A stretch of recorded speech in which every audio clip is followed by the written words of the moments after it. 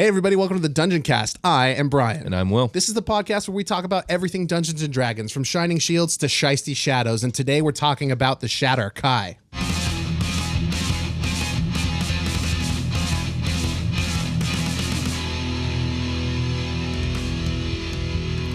The Dungeoncast.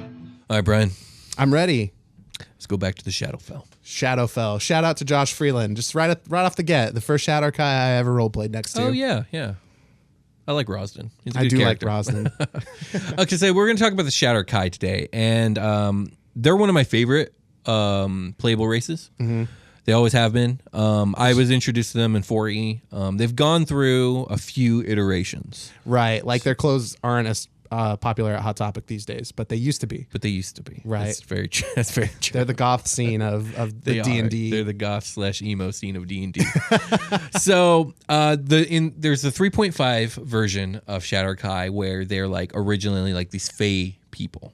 Okay. That turn to the shadow. Right, because aren't they technically an offshoot of elves, or is that new lore? That's very new lore. Okay, cool. In 4E, they were retconned to be humans that kind of turned to the Shadowfell and the Raven Queen, which we're going to get into all the origin stories probably later after we like break down a lot of the other stuff about them. And then more recently in 5E, they've now become a subrace of elves. There's a lot to say about that, and we'll get to that eventually. So basically, the way I've structured this episode is we are going to talk about all the stuff before 5E first. This is the established lore. This is everything up until about 2 or 3 months ago when Mordenkainen came out. And then we'll get into the 5E stuff. Let's roll it out like a pie crust, my man. Indeed. What do we got? So, well, first, I'm going to drink some Hydration is critical to the ability to speak and for speaking for a long period of time. Okay. And you're right. That was the best filler I had. Okay. Well, it was pretty good. Okay, so originally, let's get into this. Originally, the Shadowkai were depicted as slender and slight humanoids that seemed to be drained of all color. Like, their skin ranges from dusky gray to pale white. Their hair, too, ranges from, like, chalk white to pitch black or anything in between. They're grayscale, basically. The shadows around these people seem darker and deeper than natural. Their eyes are also solid black with neither a sclera or pupil. Wow. Okay. They're really creepy looking in a lot of ways. They also are noted to have a plethora of body and face tattoos and a multitude of iron body and face piercings. It's very commonplace amongst the Shadowkai. We're going to get into why a little bit later. So they love pain. They embrace pain very much. Not only are they a people that live in the Shadowfell, but they're literally infused with its power. Right. Kind of like how the Eladrin, the way they're depicted now, are infused with the power of the Fae. Just like the Fae energy is just like filtering through their every emotion, every being. Yep, exactly. Because of this, they're exceptionally gifted at the art of stealth and are even able to hide in plain sight if there's an appropriate amount of like shadow. It's like Drax in Infinity War, where he's like, I'm practicing being invisible. Like my movements are slow, so slow they're imperceptible. Indeed. How long have you been there? An hour. Like they just don't move. They just stand still, and if they're obscured from light, they're good. Exactly. Nice. For the most part, yeah. In 4th edition, they could teleport, and at the end of their teleportation, they would become incorporeal for a moment. Ooh. So they could kind of phase in and out of like reality in a way. Yeah, it's like frames in video games after you get hurt. Right, like sure. You've got invincibility frames on you. Exactly. Yeah, That's very much like that. There was even a feat you could take in 4E where you can make it so your character was capable of using shadows to travel. So it was like if there's a shadow within 60 feet of you, you could disappear and reappear out of it. Hell yeah, that's super cool. Kind of like Cloak from Cloak and Dagger in Marvel Comics. Okay, sure. Except for him, he was like going into his cloak, but in this case, it'd be you just travel from shadow to shadow. Yeah, it's like a portal gun. Yes, like sort of the game Portal. Sure, yeah. So Shadowkai are also noted for their expertise in dexterity combat styles, and they have a signature favored weapon in spiked chains. Nice. It's kind of like what they do. Yeah. So there it is. Man, let's just like Rosden was the Shadar-Kai. Oh yeah, no, yeah. So far, Freeland leaned into the whole Shadar-Kai thing. Yeah, you spike chains and dex base and nice. Yeah, absolutely. Magic is also an art form that they're known for pursuing. They're usually known for wielding like necrotic type spells or illusionist type spells. Okay. But they definitely excel at magic. So the main thing about the Shadar-Kai pre-5th edition is, regardless of whether it was 3.5 or 4th edition, they suffered from an affliction known as the Shadow Curse. The reason like is Sasuke? No, not like Sasuke. Okay. The reason it differs between 3.5 and 4e, but it essentially operates the same. But so basically, due to their connection with the Shadowfell, their souls are doomed to be lost and absorbed by the plane. Oh, fuck. Okay. Their souls, in fact, are loosely bound to their bodies even during life, and they're in constant danger of basically their soul dissipating into shadow at any given time. Right, and that's why they need that like adrenaline junkie boost. Indeed. If a Shadar-Kai is knocked unconscious or comes close to death, they risk losing a bit of their soul. Right. Okay. Even at that moment. And every time they lose, like it's like sand in a jar. Like some sand of it can in a slip jar. away. Exactly. Oh my God. And if they lose some, they also lose some of their ability to resist. Right. So and then they start turning into slope. a snake, and like maybe they could pour some of that sand into like a locket or something. No. They just begin to dissipate. They don't. I don't know what you're referencing. Harry Potter. Oh, okay. Voldemort. Okay. Specifically Voldemort. Gotcha. Rearrange the letters in Shadar-Kai. Oh my God, it's Voldemort. That's hilarious. So it takes great will to resist this pull on their soul. Right. Okay. And the pull actually gets worse if they leave the Shadowfell. Okay. It's like I guess like a bungee cord, where Sure. the further they get away, the more the resistance grows or whatever. As a like curse, fortify their spirit. It's like, could you like? This sounds like monkish in a way, where you could like meditate and maybe contain some of that. I'd allow it. I'd allow some exploration of that for sure in my game. Okay. So as the curse inevitably works over a Shadar-Kai's lifetime, the victim will find themselves given to fits and bouts of ennui or melancholy, depression. They lose their fight as they keep going.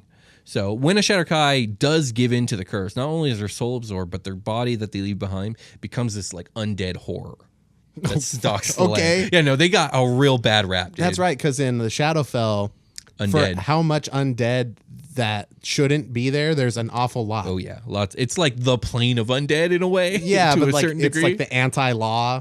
Right. Like the lawful side of the Shadowfell is like anti-undead, right? Like death. Wait, the Raven Queen is supposed to be against undead. Right, the OG. All right, we're going to talk about the Raven Queen a little bit today because there's a lot of changes with her. We're not going to get super deep into it, but we have to touch on some of it. So in order to battle this shadow curse, the Shadar-Kai culture has come to embrace extreme lifestyles because when you fall into the boredom and the depression and whatnot, and you lose your resistance, and basically it's like your soul is at risk. Your soul's at risk. So that's why you go out and you buy a BMX bike. Yeah, absolutely. Okay. Absolutely. That's why you get into motocross and skydiving and Shark Tank diving. You got to skydive every day to stay alive. Most days. So embracing strong emotions, peak experiences, and pain especially help them keep their focus, and it makes them feel alive, and it helps bind their soul to their body. So because of this, that's why you get like the excessive tattooing and body piercing. There's also a lot of scarification that they do to themselves. Yeah. It's just very common because you got to do what it takes to keep your soul bound. Right. I like that section of the culture, and then there's a subsect of the culture that's like Nitro Circus, like Travis Pastrana. Sure. Travis Pastrana is a Shadar-Kai. Okay. He's doing he's jumping buses Evel Knievel style to boy. like make sure his soul is bound to his body. You got to do what you got to do. Yeah. Extreme flagellation will be used to bring themselves back from the edge. Like fucking break a bone, dude. Like, oh man, a bone? Really? Do whatever it takes if you're about to slip. Well, yeah, I guess like if you really need to break your pinky finger or whatever, you could just do that. And yeah, exactly. Yeah, I would say like, you're not going to break your my pinky femur right now if I wanted to. If you wanted to, but I'm not going to do that ever. And it'd bring you back from the edge. Yeah, indeed. Yeah. Never that close. So obviously the Shadow Curse has psychologically messed up the Shadar-Kai in a big way. Not only must they fight off obliteration basically on a daily basis, but they're also cursed to stay on this plane of despair while they do it, because if they leave, it gets worse. Right. So you got to stay in this shitty place and not give in to the despair of how shitty it is. Okay. Or you die a shitty death. Okay. Yeah. So man, that sucks. Yeah, it does suck, man. So because of this, the Shadar-Kai have kind of become known to be like these bitter, cruel, and grim people. They have a propensity for violence because violence kind of like makes them feel alive. It's an adrenaline Yeah, rush, it like propagates the thing they're trying to do, like to keep bound to the plane. Yeah, absolutely. And they tend to take one of like two major paths in life. One is like a path of hedonism and violence, basically, like, you know, you just revel in whatever extreme emotions you can get your hands on. You know what I mean? You're like hanging out at a biker bar every night. I guess so. And you're just beating the shit out of everybody. So there's a certain level of promiscuity to the Shadar-Kai, self-mutilation, violence against themselves and others, like looking for fights and all this other stuff. You're playing that knife game where you're like hitting the negative space in between your fingers. Yeah, like, exactly. Russian roulette and all kinds of other stuff too. You know, some people, they read newspapers in like their downtime. You're doing the knife game. Yeah. Yeah. So the other path that they can take, though, is one of a pursuit of self-glory in order to attain some form of immortality, because like they're constantly having to fight, basically becoming nothing. So they want to leave something behind. Okay. So they will pursue greatness, whether it's like becoming a great warrior or a powerful mage. They want to make a name for themselves, and pursuing notoriety works for them on kind of two levels. Number one being what I just said, where, well, actually 3 levels. Number one, they get to be remembered. Number two, this focus helps them fight off the curse. Yeah, So, I was going to say, like, being a goal-oriented really keeps you occupied. Yeah. Another thing is the Shadowfell is a fucking dangerous place. So becoming a legendary badass really works, you know, in your favor. Yeah, like, totally. You might as well, right? And I mean, so like, even so, like, that makes adventuring feasible, because if you're trying to go do dangerous shit all the time, that's what adventuring's all about. Right. Exactly. Works for me. Mm-hmm. Now, some Shadar-Kai have turned to religion. This really depends on your setting. Specifically in 4E and 5E, the Shadar-Kai are dedicated to the Raven Queen. And in Forgotten Realms, there is a city called Ikemu where Shadar-Kai live. Ikemu is kind of an interesting city because it exists simultaneously in the Shadowfell and in the Underdark. Kind of rides that like Twilight Zone. Nice. And the Shadar-Kai there are known to be dedicated to the god Tempest, god of battle. Okay. Which is fitting for them. You know, they're warrior type people and whatnot, and the religion helps keep them focused. Now, I don't know if being dedicated to a god, besides the Raven Queen, which we'll get into later, circumvents the shadow curse. Like, you know, I know if you worship a deity, usually you get to go to that deity's divine realm. Oh, yeah, okay. So, like, I don't know if it works out like that. You would think it would.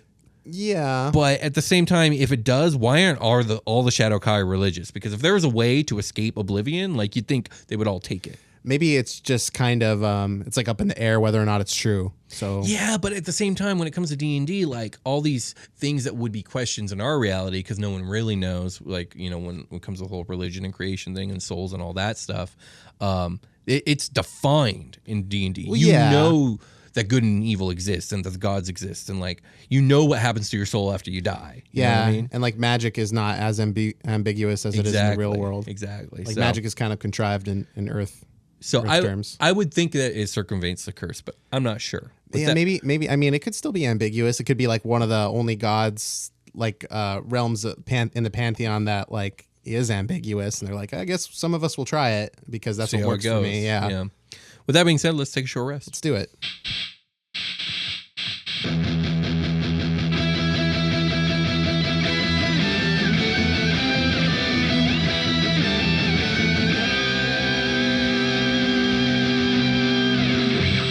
Hey everybody, welcome to the part of the episode where we're leaving the goth and emo scene behind in favor of a more tranquil scene where we take naps, eat snacks, and hydrate. Mm-hmm. That short rest, yo. Yeah, we also preach love. Thank you guys for listening to the Dungeoncast. We really do appreciate you and love all of our listeners very much.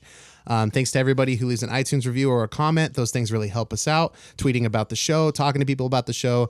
That is really invaluable to us, and we appreciate everybody we see doing it. So, yeah, thanks again, guys. Thank you, everyone. We really appreciate it. If you're looking for other ways to support us, you can totally do that if you go to patreon.com/thedungeoncast. There are a lot of exciting things happening there right now. $5 tier is great. $10 tier has gotten a bonus with the superhero game being underway. That should be uploading every 2 weeks or so. And then we have plans for stuff to start dropping into the $20 tier. Indeed. There are some like material bonuses you get for the $20 tier, but now we're going to have some intangible, listenable things. Actual content. The actual content. As I reclaim my life slowly from moving from a 14-hour-a-day job to an 8-hour position with more money, I am finding the time to pump more into these projects, which is much more rewarding. Sorry, normal day job. So yeah, you guys supporting us, it really is like, this is one of my passions, and I really, really, really can't thank you guys enough. Thank you guys so much for helping support this. I'd be doing it anyway, right, Will? Indeed. Yeah. Indeed, we would. Thanks a lot, guys. Find us on soundcloud.com/Dungeoncast or anywhere you can get your podcasts. Find us on YouTube. I mentioned Patreon. We're at the Dungeoncast on Twitter. If you want to send us an email, thedungeoncast@gmail.com. Man, I'm getting good at this shit. Indeed. Yeah. We're a well-oiled machine here at the Dungeoncast. I know, right? We're getting there. We're getting there. Okay, guys. Thanks a lot again, and we'll see you on the other side of the snap. Let's get back to the show. Okay. Well, yeah, that's the part. Let's get back to the show.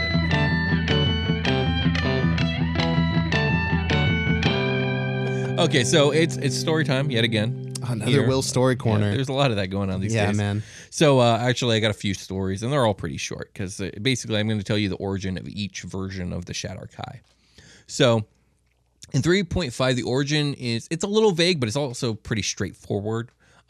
Essentially, the Shadar-Kai were once a fae people. Okay. Not elves. It's not specified. It doesn't matter. But they were basically a fae people who, near the beginning of like the rise of civilization, began to fear the rise of humans, elves, and dwarves to power. Okay. Basically, they attempted to develop like powerful shadow magics to rise to power themselves, and eventually they make a pact with one of the dark powers from the Shadowfell, or in this era, it was just the plane of shadow. Okay. Basically, the pact was that the dark powers were going to give them the ability to shroud the world into like an eternal twilight, where they would become the dominant race. That's really cool. It failed spectacularly, and they became shadow cursed instead. Oh man, it's the same entity that governs the shadow that controls Peter Pan's shadow. It's just mischievous at the end of the day. I know, right? So that's the rumor. That's the word on the street. That's not canon. So there's your 3.5 origin. Pretty, again, vague but straightforward. And very, very enticing. That's cool. Yeah, there's a lot you could do there. I really like that origin. So let's move on to 4E. Now, this 4E origin is not the Forgotten Realms 4E origin, which I'm not even going to talk about because I don't care.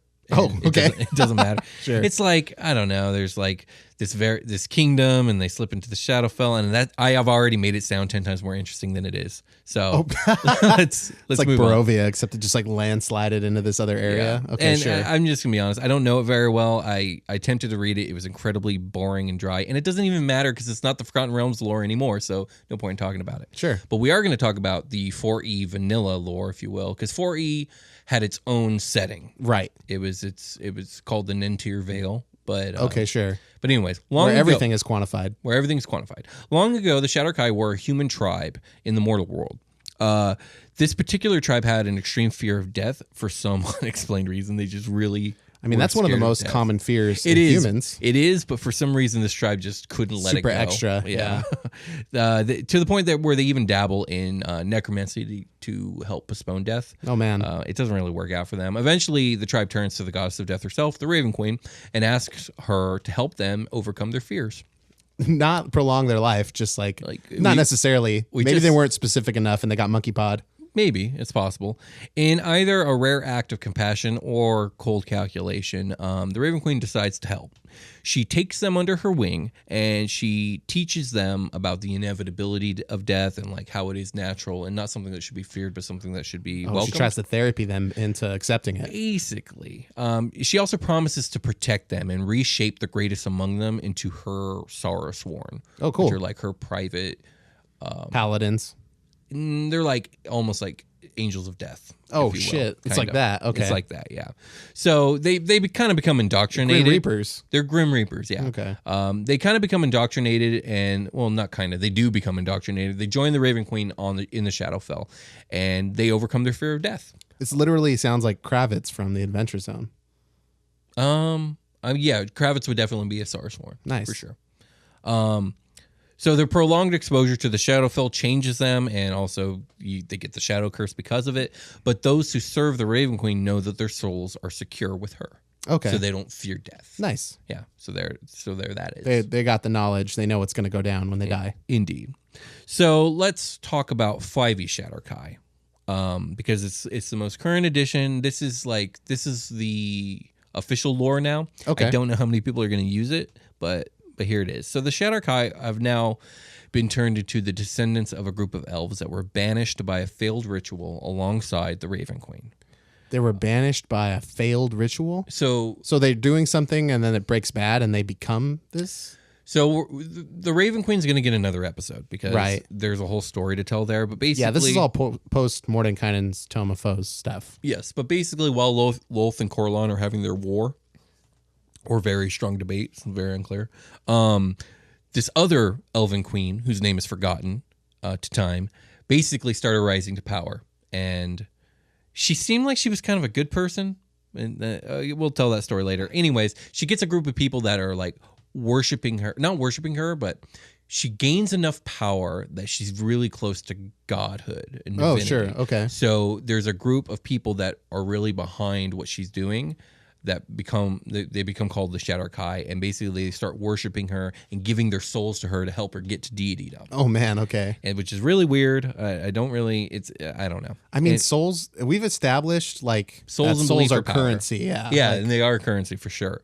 And there ends up being a group of wizards that like try and take advantage of the situation and siphoning off souls to their own power. See?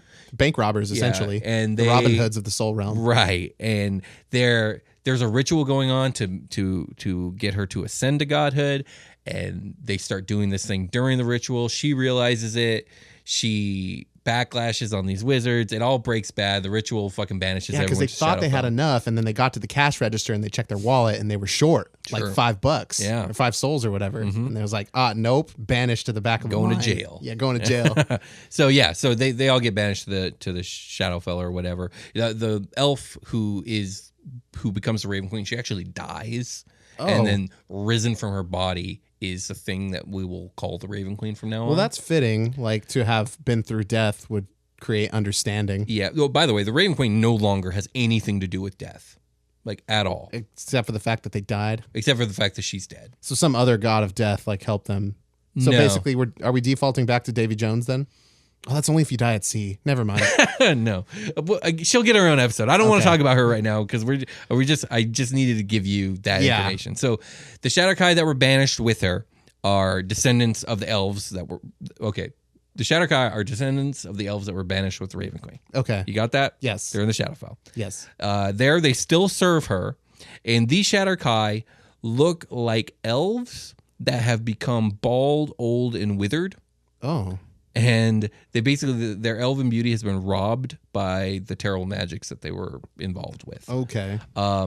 Because of their hideous faces, they wear masks, and their masks are also of terrible visages. So I don't even know why they're doing what the that. hell? Yeah. Just like rock your normal face. For some reason, when they leave the Shadowfell, they get their youth and beauty back. Because that makes sense. Yeah. Yeah. Anyways, so why stay there? Yeah, because they're devoted to the Raven Queen, and because the Raven Queen holds on to their souls. They're basically immortal. So whenever a Shadar-Kai dies, the new Raven Queen now preserves their soul and reincarnates them into a new Shadar-Kai. So for them, death is a very temporary state. So this is just like elves. Like these are just new elves. They're just shadow elves that are ugly and bald for no reason, and they're essentially just the little minions of the Raven Queen, and they're constantly being sent on missions to collect objects of sorrowful memories for her. And these Shadar-Kai do not have the Shadow Curse, and rather than being like extreme people, they are largely extremely emotionless and vicious, very gray of mood. They're very bland. I hate this. Okay, so it's not just so. Okay, so the look of 4E Shadar-Kai are grayscale, but their personality and emotions are very colorful in terms of like these extreme things that they're doing. But now it seems that in this lore, they're taking that grayscale from the outside and just like pushing it all to the inside and squeezing all the good juicy color out of everything. Very much so, and also made them ugly for some reason, except for when you don't want them to be, which doesn't make sense. Right. Okay. So it kind of sounds like they went for like a streamline of it. Like, hey, why are we going for this like gray emotionless thing, and we're not like, but they act like this. But they're not. Like the whole point of the Shadar-Kai is their life is a conflict of falling into despair. And the way they fight that is through extremism. Right. And this version is like, there's no need for that. You just are, you have fallen to the despair. And you just are the embodiment of despair completely. Which sounds horrible to roleplay if you ask me. Yeah. Yeah. Well, to me, I mean, it sounds boring and stupid. Well, I thought some things about the Kenku, and then I just saw our listenership just like pour ideas out, and I'm like, I've always liked. I think the Kenku are cool. They're unique. But like there's a difference between being difficult to roleplay and sucking to roleplay. Like it would suck to be boring and emotionless. And then if you're not doing that, well, then you're not going with the lore, which is fine. Like absolutely do that. That's what I would do. But I mean, my point is like, this is not great lore, and it's not just because it's new. I think that there's a lot of new lore that's really good. Even like the Corlon and Lolth stuff, which I'm not the biggest fan of. It's still good storytelling. It's good lore. You know what I mean? But this, to me, it's just not great. I mean, it does seem boring. But what I was trying to get at was like maybe our listenership, if you guys want to leave comments on our stuff about like, do you think this is interesting? Or like, do you have some interesting spins on this? Because like, you all changed my mind. I go from an episode where I talk about something and I have a certain opinion, and a lot of time it's the first time I'm hearing about a subject. This is the first time I'm hearing about this. Let me know what you think, because I love reading that stuff. Yeah, especially if you have an interesting spin on it. Those are really good.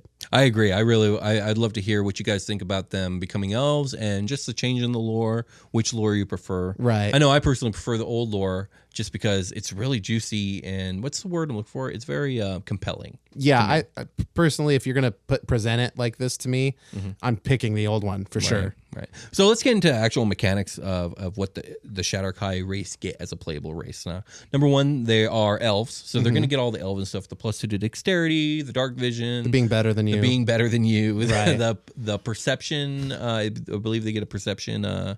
Elven eyes, proficiency. Okay. Yeah. And what did they see? What do they see everything with their elven eyes? They see it all. They see shadows. Yeah, indeed. But the stuff that they get that's specific to their sub race is +1 to Constitution. I guess this is because they have to endure. Here's what gets me: they don't have the Shadow Curse anymore, so they're not enduring. They're not being resilient in that way. But I guess they have to be resilient against the bullshit. So yeah, like you're resilient against like heartbreak because you don't have emotions. I guess so. Okay, sure. You also get resistance to necrotic damage, which is fitting and good. That's actually really good because there's a lot of necrotic damage out there. Isn't the Shadowfell is like the anti-Fae kind of in a lot of ways? Yeah, it's supposed to be the opposite. Is this like they're kind of leaning into that? One is vibrant, one is dull. Right. One is full of life, one is full of death. Yeah. One is whimsical, one is dreary. I feel like they're just like, well, we need to lean into this established thing but they didn't, because it was already leaned into. I guess so. Like that's it's just like a different spin on it almost. I guess it's just a different spin on it, yeah.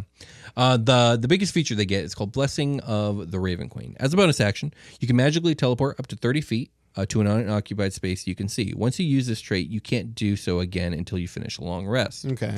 Starting at 3rd level, you also gain resistance to all damage when you teleport using this trait. This resistance lasts until the start of your next turn. During that time, you appear ghostly and translucent. So you get 6 seconds of invincibility frames. Exactly. So it's exactly what that's I talked a long about before. time for invincibility frames. Oh yeah, for sure. But I love the flavor of that. It's like you teleport, but you teleported because you came this incorporeal phantom. Right. Okay. And then you're like, I almost like the idea of the reason that like for a round you stay like that. It's because it's hard for your soul to get back into its body. You're like trying to like rebuild your shape back together. Yeah, but again, that makes more sense like with the Shadow Curse, which these Shadar-Kai don't have anymore. That's like the fast travel system that the followers of Voldemort use in Harry Potter. Like in the movies. Death Eaters, Death Eaters, right? When they like become incorporeal looking and they're like this flying shadow blob. Yeah, exactly. They like appear and like the tail of their shadow has to like spill back in and like you see their body reform. Yeah, I like cool that. CGI. I'm picturing it for this. Cool flavor. Maybe a little more wobbly, a little less like defined black, more like translucent stuff like you're saying here. I like it. Cool flavor.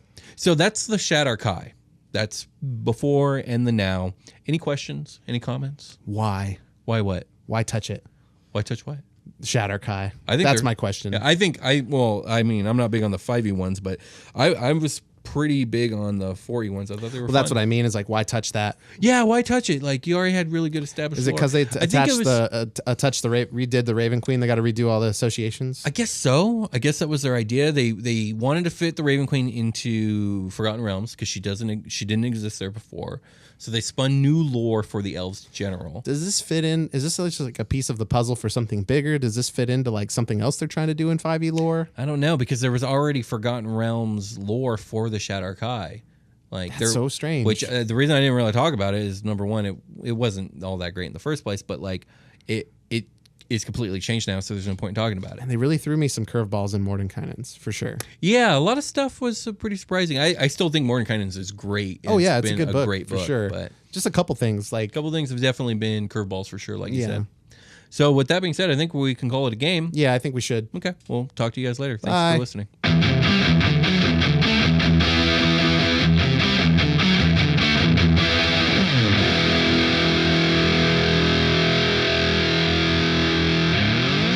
The Dungeoncast.